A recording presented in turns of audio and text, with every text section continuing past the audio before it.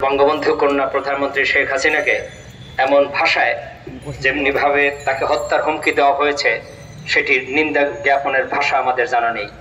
আমি এই সবার সাথে সংহতি জ্ঞাপন করি এবং একই সঙ্গে তীব্র নিন্দা জানাই যে ব্যক্তিটি বঙ্গবন্ধু কন্যা প্রধানমন্ত্রীকে এই ধরনের ন্যাক্কারজনক ভাষায়, যেটি কোনোভাবেই কোনো ধরনের কোনো ভাষার মধ্যেই পড়ে না, সেই ভাষায় তাকে যেভাবে হত্যার হুমকি দিয়েছে সেটি একেবারেই ক্ষমার অযোগ্য একটি বিষয়। কিছুক্ষণ পূর্বে আপনারা লক্ষ্য করেছেন, আমাদের একজন সহকর্মী যে বিষয়টি বললেন, প্রফেসর ওয়াহিদুজ্জামান, যিনি নোয়াখালী বিজ্ঞান ও প্রযুক্তি বিশ্ববিদ্যালয়ের সাবেক উপাচার্য ছিলেন, তিনি একটি কথা বলছেন যে একটি গভীর ষড়যন্ত্রের এটি একটি অংশ।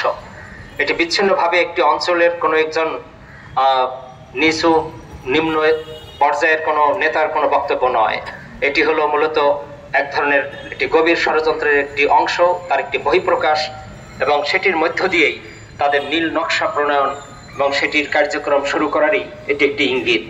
এটি হলো এমন একটি সময় বাংলাদেশের রাজনীতিতে আবির্ভূত হয়েছিল, সেটি আপনাদের জানা আছে। সেটি খুব বেশি দূরের ইতিহাস নয়, যেদিন নানা ধরনের পেট্রোল বোম এবং অগ্নিসংযোগের মধ্য দিয়ে নানা ধরনের এবং সর্বশ্রেণীর বিভিন্ন স্তরের শ্রেণী পেশার মানুষকে হত্যার একটি নীল নকশা প্রণয়ন করা হয়েছিল এবং নানা ধরনের অপকর্ম সে সূচিত হয়েছিল, যেটাকে আমরা অগ্নি সন্ত্রাস বলি।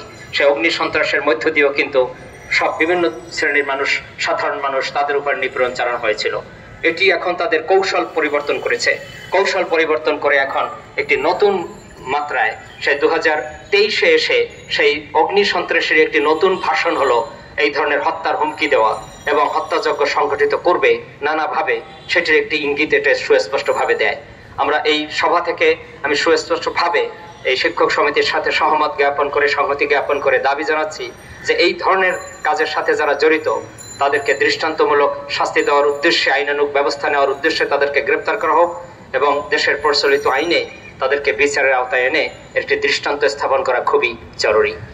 সংবাদ, ফিচার ও অনুষ্ঠানের জন্য ভিজিট করুন সংবাদ প্রকাশের ওয়েবসাইট এবং যুক্ত থাকুন ফেসবুক পেজ ও ইউটিউব চ্যানেলের সঙ্গে।